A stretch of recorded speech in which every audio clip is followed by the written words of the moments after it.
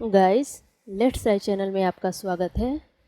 आज हम पढ़ेंगे रिफ्लेक्सिव और एम्फैटिक प्रोनाउन। इन दोनों को समझेंगे और अंतर भी जानेंगे। चलिए शुरू करते हैं। पहला सेंटेंस है, he sees himself in the mirror. वह खुद को नदी में देखता है। वह खुद को नदी में देखता है। सेकेंड सेंटेंस में, he himself completed the work. वह स्वयं कार्य पूरा किया। वह स्वयं कार्य पूरा किया। दोनों सेंटेंस में हिमसेल्फ का यूज़ हुआ है। दोनों प्रोनाउन है। फर्स्ट सेंटेंस में हिमसेल्फ रिफ्लेक्सिव प्रोनाउन है, सेकेंड में एम्फैटिक प्रोनाउन है। चलिए जानते हैं कैसे।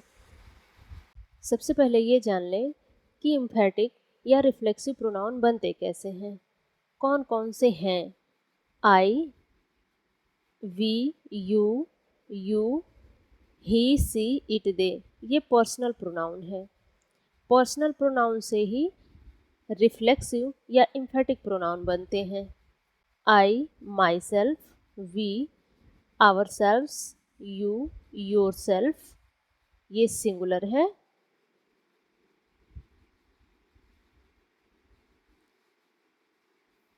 You, yourselves, he, himself, she, herself, it, itself, they, themselves.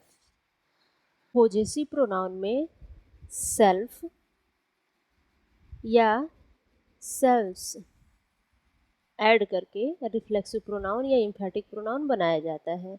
Self जो होता है वो सिंगुलर होता है।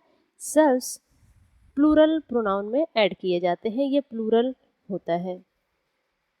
Reflexive pronoun, reflexive word reflection से बना है। रिफ्लेक्शन का अर्थ होता है प्रतिबिंब, परावर्तन, परछाई या प्रतिछाया। सेंटेंस में एक डूअर होता है जो कि कर्ता होता है और एक रिसीवर होता है। डूअर के द्वारा किए गए काम का प्रभाव जिसके ऊपर पड़ता है वो रिसीवर होता है। जैसे एक सेंटेंस में एक सब्जेक्ट काम करता है, एक सब्जेक्ट होता है जो कि एक एक्शन करता है और उसका प्रभाव जिस पे पड़ता है वो ऑब्जेक्ट होता है। एग्जाम्पल, ही कट हिज हैंड, उसने अपना हाथ काटा। ही जो डूअर है ये सब्जेक्ट है, उसने एक एक्शन परफॉर्म किया जिसका प्रभाव हिज हैंड उसी के हाथ पे पड़ता है। तो सब्जेक्ट, एक्शन और ऑब्जेक्ट। एग्जाम्पल, ही हर्ट्स हिमसेल्फ, उसने वह स्वयं को चोट पहुंचाता है। ही सब्जेक्ट है जो कि डूअर है, करता है, उसने एक्शन परफॉर्म किया, हर्ट करने का, खुद को चोट पहुंचाने का काम किया, और जो वो चोट पहुंचा रहा है उसका प्रभाव किसके ऊपर पड़ रहा है? हिमसेल्फ के ऊपर ही पड़ रहा है। तो ये ऑब्जेक्ट है, यानी कर्ता द्वारा किए गए काम का प्रभाव स्वयं उसके ऊपर ही पड़ता है। वह खुद को चोट पहुंचाता है। तो यहाँ पे रिफ्लेक्सिव प्रोनाउन है। यानी ये क्लियर हुआ कि कर्ता द्वारा किए गए काम का प्रभाव जब उसी के ऊपर पड़ता है तो वहाँ पे रिफ्लेक्सिव प्रोनाउन प्रयोग होता है। एक और एग्जाम्पल देखते हैं, ही हर्ट्स हर सेल्फ, वह उसको चोट पहुंचाता है। यहाँ पे जो सब्जेक्ट है मेल है, यानी जो डूअर है, करता है, वो मेल पर्सन है। उसने जो कार्य किया उसका प्रभाव हर सेल्फ के ऊपर पड़ा जो कि एक फीमेल है। तो यहाँ पे सब्जेक्ट अलग पर्सन है और जिसके ऊपर प्रभाव पड़ा वो अलग पर्सन है। तो यहाँ पे रिफ्लेक्सिव प्रोनाउन नहीं है। जब कर्ता द्वारा किए गए कार्य का प्रभाव उसके ऊपर ही पड़ता है वही रिफ्लेक्सिव प्रोनाउन होता है। एम्फैटिक प्रोनाउन, एम्फैटिक वर्ड एम्फैसिस से बना है। एम्फैसिस का अर्थ होता है जोर देना, दबाव डालना। ये प्रोनाउन सब्जेक्ट के ऊपर जोर देता है। जैसे, he himself wrote a letter, उसने स्वयं एक पत्र लिखा। ही सब्जेक्ट है, रूट वर्ब है और ए लेटर ऑब्जेक्ट है। He himself wrote a letter, उसने स्वयं एक पत्र लिखा। इसमें जो लिखने का काम कर रहा है सब्जेक्ट, उसके लिए हिमसेल्फ आया है, जो कि सब्जेक्ट के ऊपर दबाव डाल रहा है, जोर डाल रहा है कि ये जो एक्शन किया गया है उसने खुद किया है, स्वयं किया है। Second example, she herself cook the food, वह या उसने स्वयं खाना पकाया, उसने खुद से खाना पकाया। सी सब्जेक्ट है, कुकड वर्ब है, द फूड ऑब्जेक्ट है और हर सेल्फ जो आया है सब्जेक्ट के ऊपर जोर देने के लिए आया है कि उसने जो कार्य किया स्वयं किया है, किसी के कहने पर नहीं किया है। नेक्स्ट सेंटेंस में दे देमसेल्फ वेंट देयर, वे स्वयं वहाँ गए। इन्होंने जो एक्शन परफॉर्म किया खुद से किया, स्वयं किया, किसी के कहने पे नहीं किया। ये देमसेल्व्स दे के ऊपर जोर देने के लिए आया है। Last example, we ourselves completed the work, हमने स्वयं कार्य पूरा किया। जो आरसेल्व्स आया है वो ये बताने के लिए आया है कि जो वी ने एक्शन परफॉर्म किया उन्होंने स्वयं किया, किसी के कहने पे नहीं किया। जोर दे रहा है कि इनके द्वारा किया गया काम इन्हीं का डिसीजन है। तो आर सेल्फ इम्फेटिक प्रोनाउन है, यानी हिमसेल्फ, हर सेल्फ, देमसेल्व्स और आर सेल्स ये इम्फेटिक प्रोनाउन है। तो इम्फेटिक प्रोनाउन होते हैं वो सब्जेक्ट के बाद आते हैं, सब्जेक्ट के जस्ट बाद आते हैं। ऐसा कोई फिक्स रूल नहीं है, लेकिन मैक्सिमम इम्फेटिक प्रोनाउन सब्जेक्ट के जस्ट बाद ही आते हैं, जबकि रिफ्लेक्सिव प्रोनाउन जो होते हैं वो वर्ब के बाद आते हैं।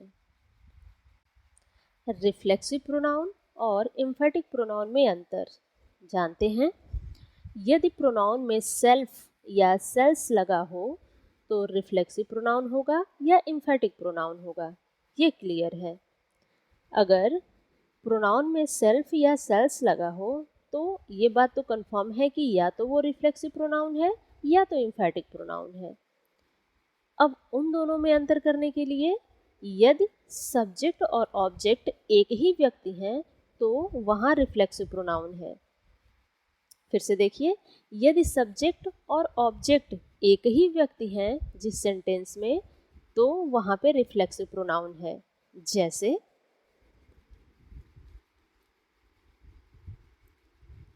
I hurt myself when I was running, मैंने खुद को चोट पहुंचाई जब मैं दौड़ रहा था। यहाँ सब्जेक्ट जो आई है, आई के द्वारा एक्शन परफॉर्म किया गया। माई सेल्फ, उस एक्शन का प्रभाव स्वयं उसके ऊपर ही पड़ा, तो ये रिफ्लेक्सिव प्रोनाउन है। आई हर्ट माई सेल्फ, मैंने स्वयं को चोट पहुंचाई जब मैं दौड़ रहा था। कर्ता और जो ऑब्जेक्ट है, कर्म है, सब्जेक्ट और ऑब्जेक्ट दोनों एक ही व्यक्ति हैं। मीन्स यहाँ पे जो माई सेल्फ है वो रिफ्लेक्सिव प्रोनाउन है। Second example, I my self perform the experiment, मैंने खुद से ये एक्सपेरिमेंट किया। सब्जेक्ट जो है आई है, वो परफॉर्म्ड वर्ब है और क्या किया, एक्सपेरिमेंट किया, जो कि ऑब्जेक्ट है। तो हम देख रहे हैं आई द्वारा किया गया कार्य जिस पे पढ़ रहा है वो कुछ और है, ना कि ये स्वयं है, तो यहाँ पे इम्फेटिक प्रोनाउन है। और जो एक और पहचान बताई गई है कि जो इम्फेटिक प्रोनाउन होते हैं वो सब्जेक्ट के जस्ट बाद ही आते हैं।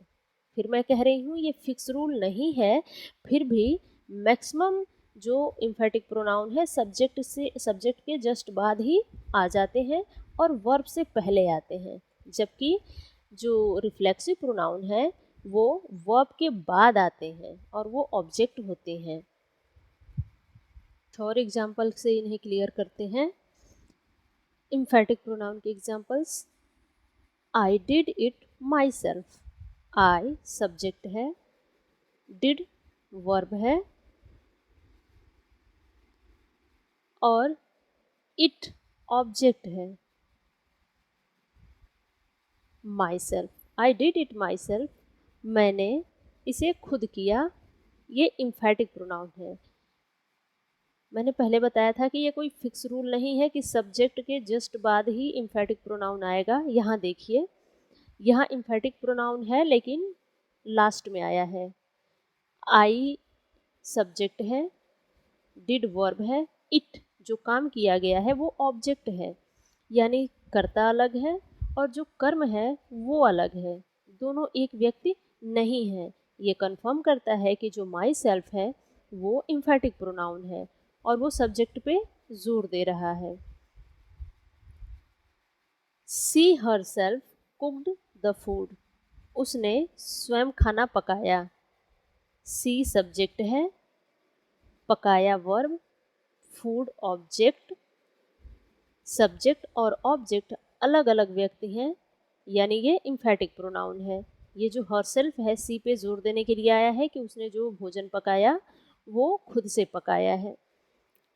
You yourself can come to me, you yourself can come to me. You subject है, डूअर है, कम वर्ब है, टू मी मेरे पास ऑब्जेक्ट। तो ये जो सब्जेक्ट है अलग व्यक्ति, वर्ब हुआ और ऑब्जेक्ट अलग व्यक्ति है। और ये जो योर सेल्फ है वो यू के ऊपर जोर देने के लिए आया है कि तुम मेरे पास स्वयं आ सकते हो, मैं तुम्हें बुलाऊंगा नहीं, तुम अगर चाहो तो स्वयं मेरे पास आ सकते हो। You yourself can come to me, तुम मेरे पास स्वयं आ सकते हो। योर सेल्फ इम्फैटिक प्रोनाउन है। रिफ्लेक्सिव प्रोनाउन के examples, the boy killed himself, लड़के ने खुद को मारा। सब्जेक्ट, वर्ब और जो कार्य किया गया है उसका प्रभाव उसी के ऊपर पड़ रहा है, यानी ये रिफ्लेक्सिव प्रोनाउन है हिमसेल्फ। लड़के द्वारा किए गए काम का प्रभाव किसके ऊपर पड़ा? लड़के के ऊपर ही पड़ा, उसने खुद को मारा है। आई हर्ट माई सेल्फ, मैंने स्वयं को चोट पहुंचाया। सब्जेक्ट और ऑब्जेक्ट एक ही व्यक्ति है, reflexive pronoun. They saw themselves in the mirror, they subject है, वर्ब हुआ देखने का, और किसे देखा? तो खुद को देखा, यानी सब्जेक्ट और ऑब्जेक्ट एक ही पर्सन हुए, जो दे है वही हमारा ऑब्जेक्ट है और इनके द्वारा किए गए काम का प्रभाव उनके ऊपर ही पड़ रहा है, तो ये रिफ्लेक्सिव प्रोनाउन है। आई होप आपको इम्फैटिक प्रोनाउन और रिफ्लेक्सिव प्रोनाउन में अंतर समझ में आ गया होगा। अगर ऐसा है तो वीडियो को लाइक करिएगा, चैनल को सब्सक्राइब ज़रूर करिएगा। मिलते हैं नेक्स्ट वीडियो में।